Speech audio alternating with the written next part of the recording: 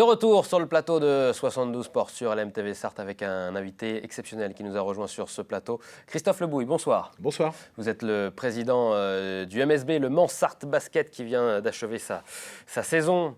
On parle évidemment de basketball avec le plus haut niveau en France, c'est-à-dire la Betclic Elite.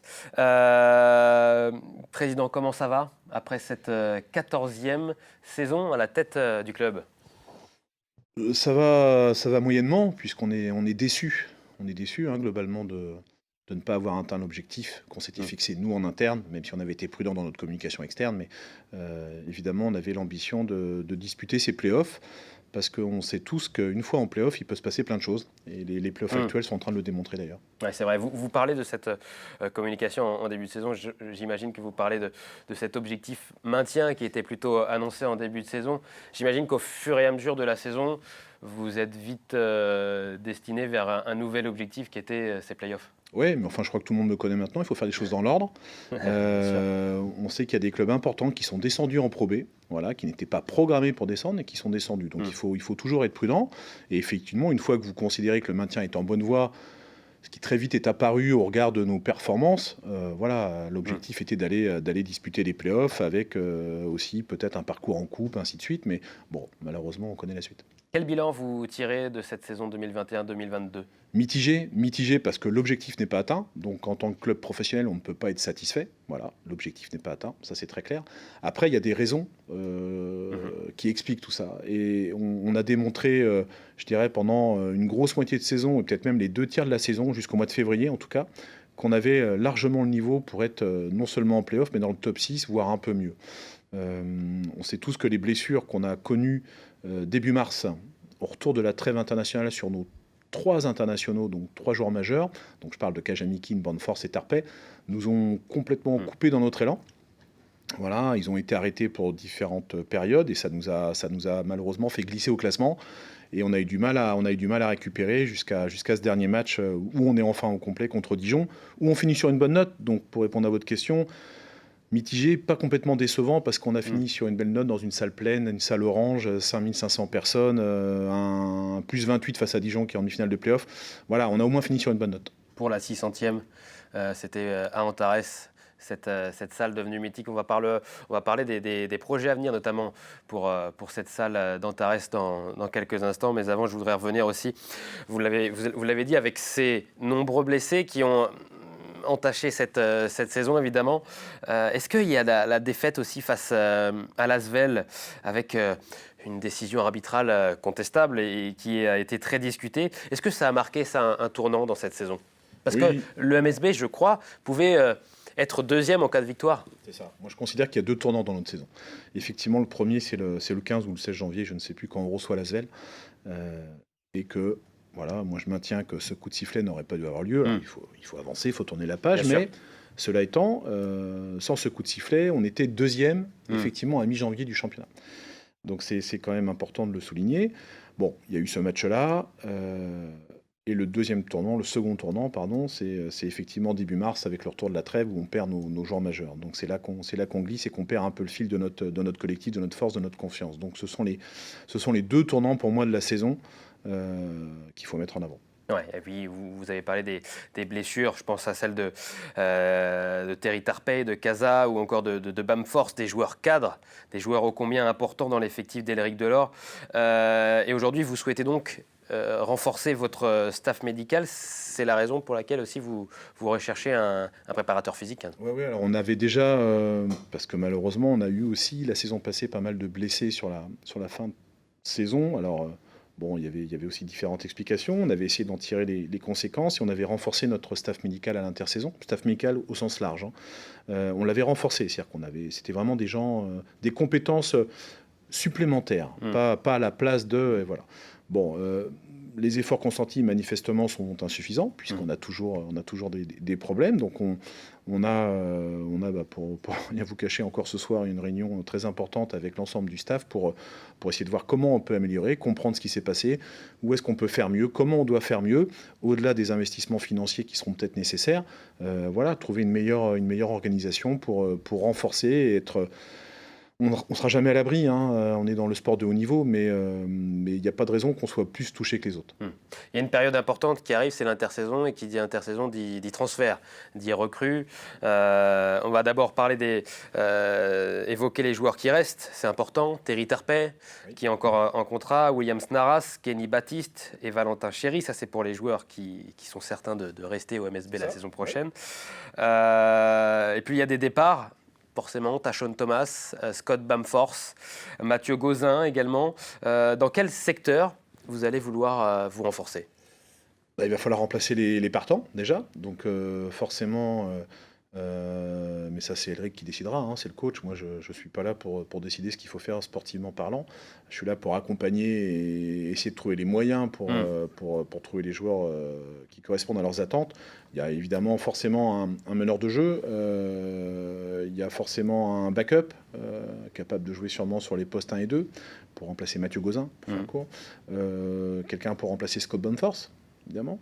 Il y aura besoin évidemment d'un poste 5 pour remplacer Thomas. Alors après, les profils, je vous dis, peuvent varier. Thomas, c'était plus ce qu'on appelle un 5-4, ou du moins un 4 qui pouvait jouer 5 pour le championnat de France. Peut-être que là, le staff va décider de partir sur un vrai 5, plus puissant, plus athlétique. Je ne sais pas, c'est eux qui vont décider.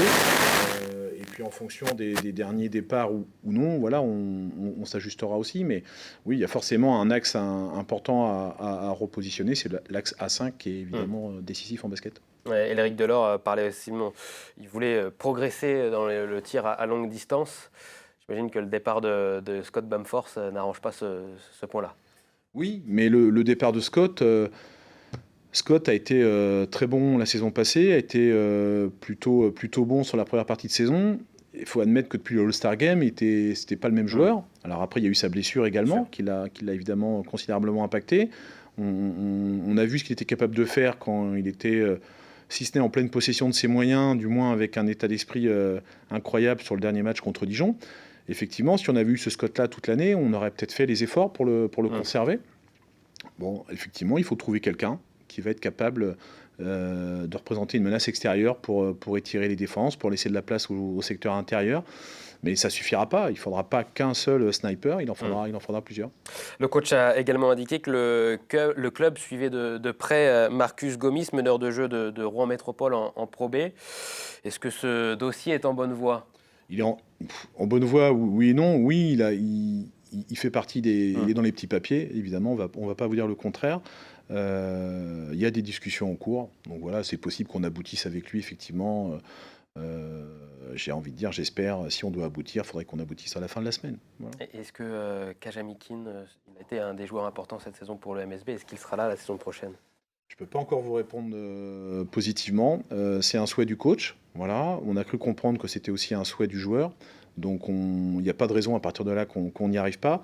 On s'est bien aperçu cette saison que l'absence de Keza était très préjudiciable et qu'un Keza en pleine possession de ses moyens était très important. Voilà. C'est un cerveau sur le terrain, c'est un vrai relais du coach. Donc voilà, on a compris le message du coach.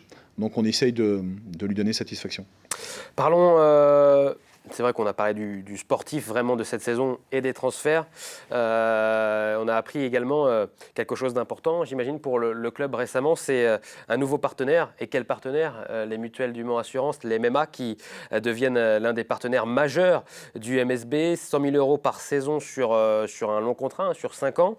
C'est important d'attirer ce grand acteur sartois et national? Oui, alors il y a plusieurs lectures, hein. Alors la première, elle est basique, évidemment, elle est financière. Bien sûr. On est un club pro, on a besoin de partenaires, de sponsors pour continuer à avancer, à avoir des projets, à séduire des joueurs pour nous rejoindre, évidemment. Donc c'est important, je vais pas dire le contraire. Mais honnêtement, il est tout aussi important sur le principe, à mes yeux, qu'un groupe comme Covea, comme les MMA, nous rejoignent. Pourquoi? C'est un acteur économique plus que majeur sur le territoire. Et je vivais mal, personnellement, de ne pas être accompagné par cet acteur. Non pas que, évidemment, les MMA aient besoin de nous en termes de notoriété, ça va de soi, mais au regard du nombre de salariés, je pense que des opérations qu'on est capable de mettre en place et des valeurs qu'on pense véhiculer, je pense qu'il y a beaucoup de points communs avec les MMA, et donc on a fini par trouver effectivement une synergie là-dessus, et on s'est engagé sur 5 ans, et j'ai envie de dire, à minima, parce que j'ai vraiment le sentiment qu'on doit être capable, si on travaille bien, nous, de les convaincre du bien fondé de ce partenariat, qui pour nous est très important, pour eux est important en termes d'image et de valeur sur le territoire, je crois, pour marquer leur attachement évidemment, mais qui économiquement ne vient pas plomber leurs finances, il me semble. Donc voilà, c'est une question d'image qu'on doit renvoyer, on doit les aider à transmettre de belles valeurs, surtout en interne, je pense. L'assureur Manceau qu'on retrouvera donc autour des terrains, dans la belle salle d'Antares. Antares, parlons-en, puisqu'il y a des projets à venir dès maintenant, avec une nouvelle sonorisation, par exemple. Il y a pas mal de choses. Donc la ville du Mans a validé effectivement le remplacement de la sono existante. Je vous rappelle que la salle date de 1995, elle était d'origine, donc à un moment donné c'est assez légitime qu'il y ait ce genre de travaux. Donc la sono va être changée cet été et je pense et que tous les spectateurs vont s'en apercevoir assez rapidement à la rentrée. Ça, c'est la première chose, et ça, c'est porté par la ville du Mans.